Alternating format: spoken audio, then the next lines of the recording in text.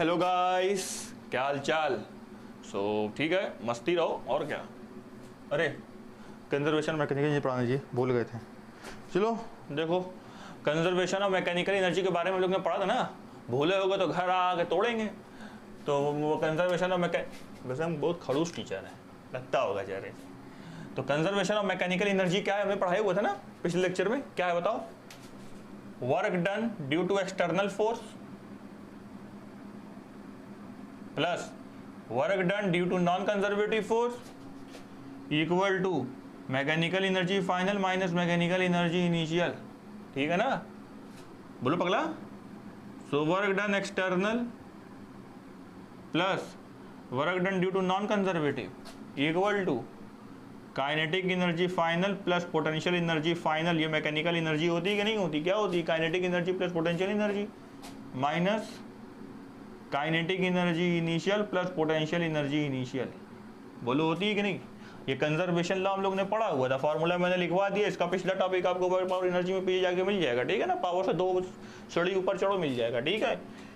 तो हमको chain concept आना चाहिए।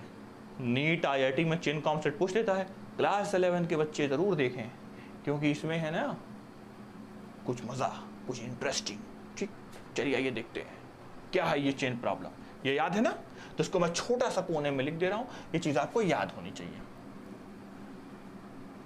और अगर एक्सटर्नल एजेंट और नॉन कंजर्वेटिव फोर्स नहीं है, जीरो है, तो मैकेनिकल एनर्जी इनिशियल के इक्वल हो जाएगी। तो हम यहां लिख दे रहे हैं work done due to non conservative plus work done due to external is equal to mechanical energy final minus mechanical energy initial.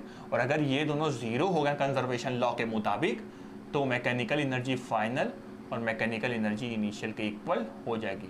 What is this? Kinetic energy final plus potential energy final equal to kinetic energy initial plus potential energy initial.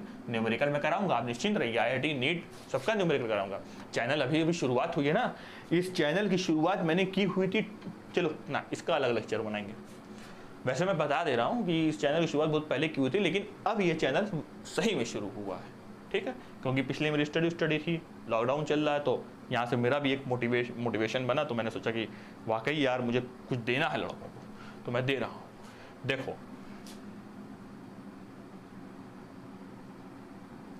ये chain है,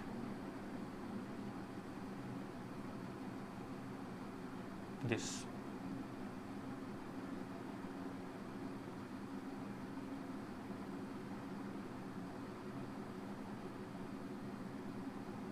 ये chain है ना। ठीक, chain का ये वाला point है A और ये वाला पॉइंट है B। ठीक, टोटल मास चेन की है M और टोटल लेंथ चेंज की है L। यहां से यहां तक की लेंथ हमने माना L/3 और यहां से यहां तक की लेंथ हमने माना 2L/3। ये कोचिंग का मटेरियल है, तो उसी का क्वेश्चन है, सुनिए। इसका कॉन्सेप्ट क्वेश्चन के साथ आप सीख जाएंगे। तो L/3 और ये मास कितना है? 2L/3। अब सुनिए, ये चेन ऐसे फिसल रही है, ये चेन ऐसे फिसल रही है, फिसलते फिसलते नीचे आ रही है। तो जब ये वाला A इस एंड पे चला जाएगा, तो यहां पे ये चेन कुछ ऐसी हो जाएगी।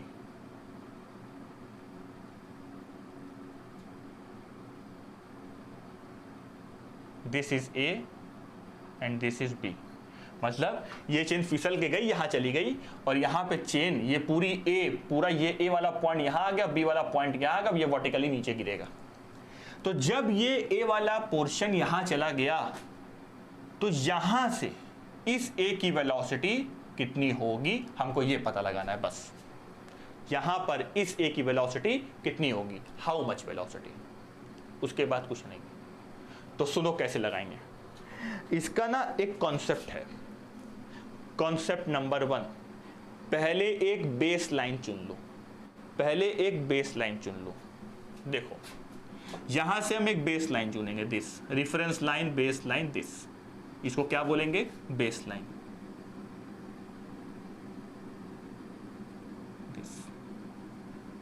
ठीक, अब बेस लाइन चुन लिया। क्या यहां पे कोई फ्रिक्शन है, नहीं, तो नॉन कंजर्वेटिव वर्क डन नहीं होगा। क्या यहां से हमने कहीं बाहर से फोर्स लगाया, आंसर इज नो, तो एक्सटर्नल वर्क डन भी नहीं है। तो कौन सा फॉर्मूला लगाओगे, ऊपर वाला कि नीचे वाला, तो आंसर है हम ये वाला फॉर्मूला लगाएंगे, दिस।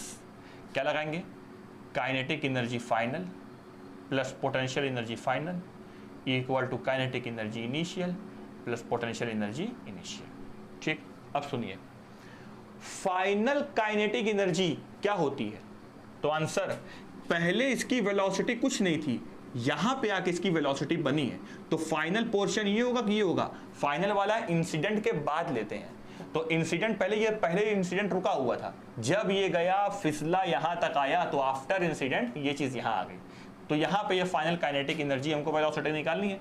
तो फाइनल काइनेटिक एनर्जी कितनी होती है, हाफ mv²।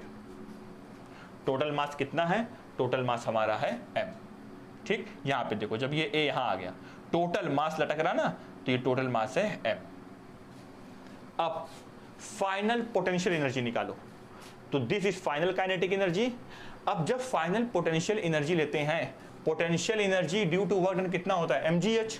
अच्छा, अब बताओ, अगर हम इसकी पोटेंशियल एनर्जी लें, इसकी लें, इसकी लें, पोटेंशियल एनर्जी कहां से लेते हैं, एक हाइट से लेते हैं ना, तो अगर इस पॉइंट से देखा जाए तो ये वाला पोर्शन इतना नीचे है, इसका मास इतना है, और यहां से इसका देखा जाए तो इसका मास और ज्यादा है, क्योंकि इसमें और चेन आ गई, यहां और चेन आ गई, यहां और चेन आ गई, मास बढ़ता जा रहा। तो याद रखिए, जब भी हम चेन का मास जो मतलब लेते हैं, तो चेन का मास हमेशा उसके सेंटर से लेते हैं, दिस सेंटर।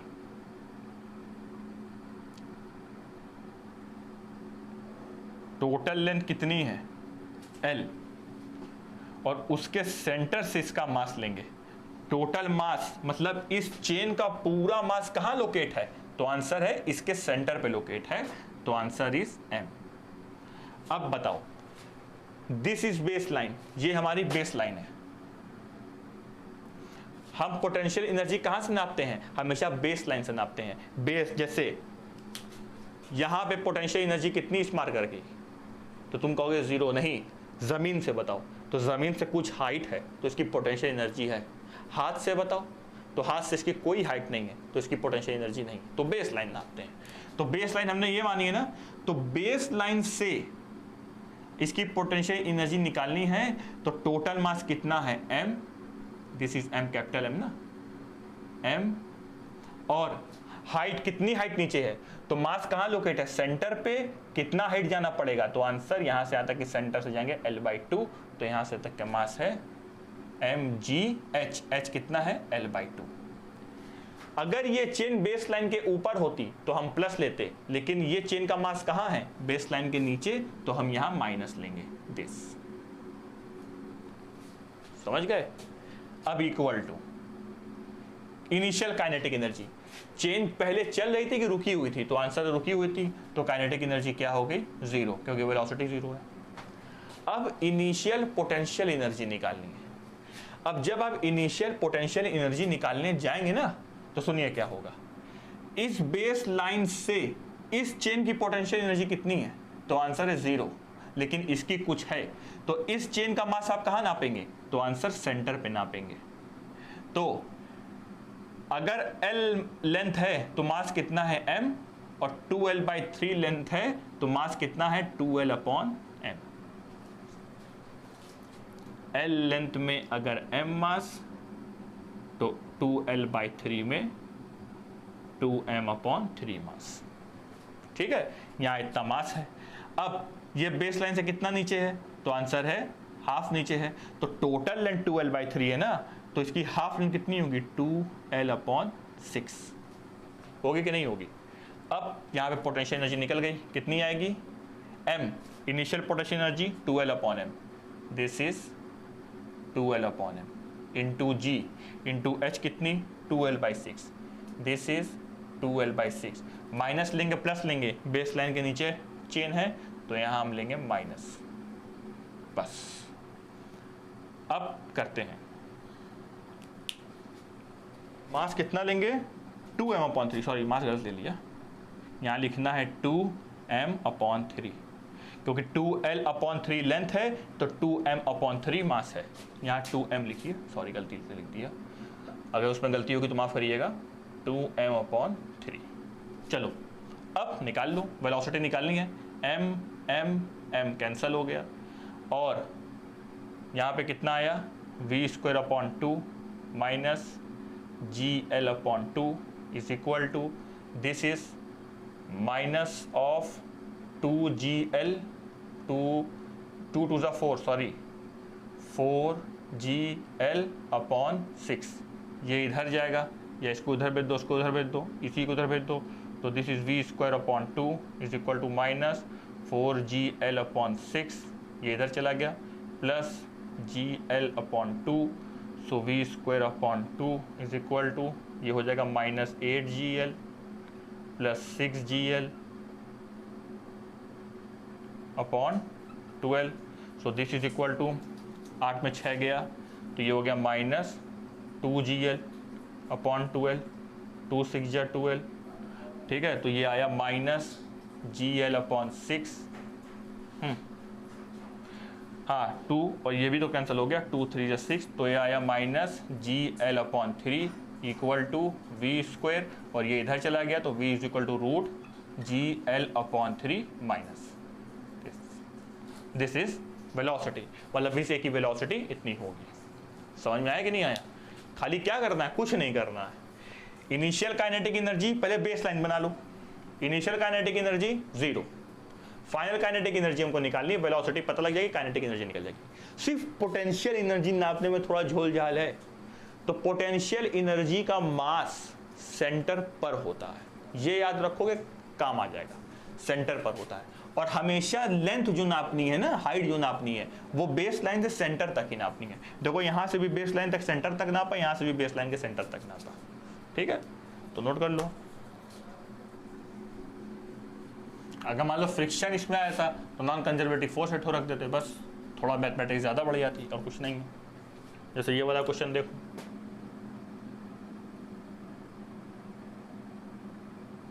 दिस, और यहाँ पे ये चेन है, अभी तो हल्का फुल्का करा रहे हैं, अभी और अच्छा कराएंगे। ये पॉइंट है ए, ये पॉइंट है बी, ये चेन फिसल के सुर नीचे आ गई, पूरा यहाँ आ गई, दिस।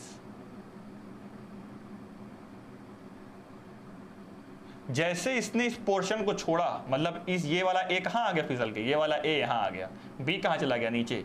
तो जैसे इस ए ने इस पोर्शन को छोड़ा तो यहाँ पे वेलोसिटी कितनी, तो पहले क्या करो, पहले हम बेस लाइन बनाएंगे, दिस। क्या यहाँ पे कोई एक्सटर्नल फोर्स या फ्रिक्शन है? नहीं है, तो कौन सा फॉर्मूला लगाएंगे, ये वाला, kinetic energy final plus potential energy final equal to kinetic energy initial plus potential energy initial. अब सुनिए, ये चेन फिसल के सुर सुर सुर सुर नीचे उतर गई, तो फाइनल काइनेटिक एनर्जी हमको निकालनी है, this is half, total length कितनी है, टोटल चेन का मास यहाँ है, वेलोसिटी दिस है, तो half mv² plus potential energy final कितनी होगी। अब बताओ चेन की लेंथ कितनी है, तो ये हाफ सरकमफ्रेंस है ना, देखो हाफ सर्किल है, हाफ सर्किल की लेंथ कितनी होती है, टोटल सर्किल की 2πr, तो हाफ सर्किल की πr, तो चेन की लेंथ भी कितनी होगी, तो टोटल चेन की हमारी लेंथ होगी πr, ठीक। तो टोटल मास है m, g, h, h देखो दिस इज बेस लाइन, ये क्या है हमारी, ये हमारी बेस लाइन है, बेस लाइन से नीचे, तो यहाँ क्या लगाओगे पोटेंशियल एनर्जी के लिए, माइनस, पहली चीज। दूसरी, हाइट हम बेस लाइन से कहाँ तक लेंगे, पूरी लेंगे कि इसके सेंटर तक लेंगे, मास पूरा सेंटर पे लोकेटेड तो सिर्फ सेंटर तक लेंगे, और सेंटर तक हाइट है πr/2, तो this is mg πr/2 equal to initial kinetic energy. पहले तो चेन रुकी हुई थी, this is initial condition, this is final condition, आप ये भी लगा सकते हैं तो उससे और अच्छा होगा। तो पहले ये चेन रुकी हुई थी तो काइनेटिक एनर्जी 0 प्लस, अब इनिशियल पोटेंशियल एनर्जी निकालनी है। अब देखो ये टोटल चेन का मास जो है यहाँ लोकेट है, m मास, तो इसकी लेंथ हम कहाँ लेंगे, तो याद रखिए ये एक सर्कल जब होता है ना, तो एक सर्कल का सेंटर यहाँ होता है, अगर हम इसको हटा दें तो सेंटर हमेशा सर्कल के बाहर भी होता है, तो याद रखिए सेंटर ऑफ मास हमेशा सर्कल के बाहर भी होता है। सेंटर ऑफ मास मटेरियल के बाहर बन सकता है। तो बेस लाइन से ये कितना हाइट ऊपर है का टोटल मास कहां लोकेट है, इसके सेंटर पर, दिस इज m, और कितना हाइट ऊपर है, तो याद रखिए सेंटर पे बेस लाइन से जो इसकी हाइट होगी वो होगी, हाइट जो होगी वो होगी 2r/π। कितनी होगी, 2r/π। ये हमेशा याद कर लो, ये चीज आपको याद रखनी है। सेंटर ऑफ मास हाइट कितनी होती है, 2r/π। तो हम यहां क्या लिखेंगे, पोटेंशियल एनर्जी कितनी, टोटल मास m है, g हाइट कितनी लोगे, 2r/π, यही लेंगे ना हाइट। अब आप मेरे को ये बताइए, प्लस लेंगे माइनस, बेस लाइन से ऊपर है तो प्लस लेंगे, बस हो गया, m m m कैंसिल, तो this is v²/2 minus g πr/2 equal to 2gr/π। इसको इधर भेज दिया,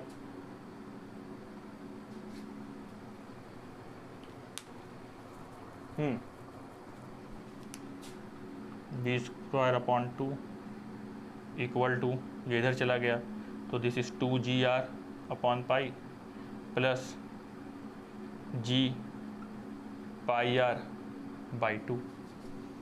ठीक, 2 से मल्टीप्लाई कर दिया, तो this is 4gr plus 2gr/π/2। तो ये हो गया। तो इसके बाद आप भी निकाल लिए, जो भी v की वैल्यू आएगी वो जो है इसकी वेलोसिटी होगी। ठीक है, तो आपको क्या करना है, सबसे पहले आपको बेस लाइन चुनना है, उसके बाद फाइनल कंडीशन देखनी है, फिर इनिशियल कंडीशन देखनी है, और पोटेंशियल एनर्जी में मास सेंटर पे रखना है, और जितनी चेन की लेंथ होगी उतना ही उसका मास होगा, बस आपका काम हो जाएगा। ठीक है, सो इतना काफ़ी है, और भी न्यूमेरिकल करेंगे आगे। कंजर्वेशन ऑफ मैकेनिकल एनर्जी में हम लोगों ने सारी चीज़ें पढ़ ली, चेन के बारे में पढ़ ली, चेन का क्या कंडीशन होती है, 1-2 बार देखिएगा, आ जाएगा आपको। So thank you.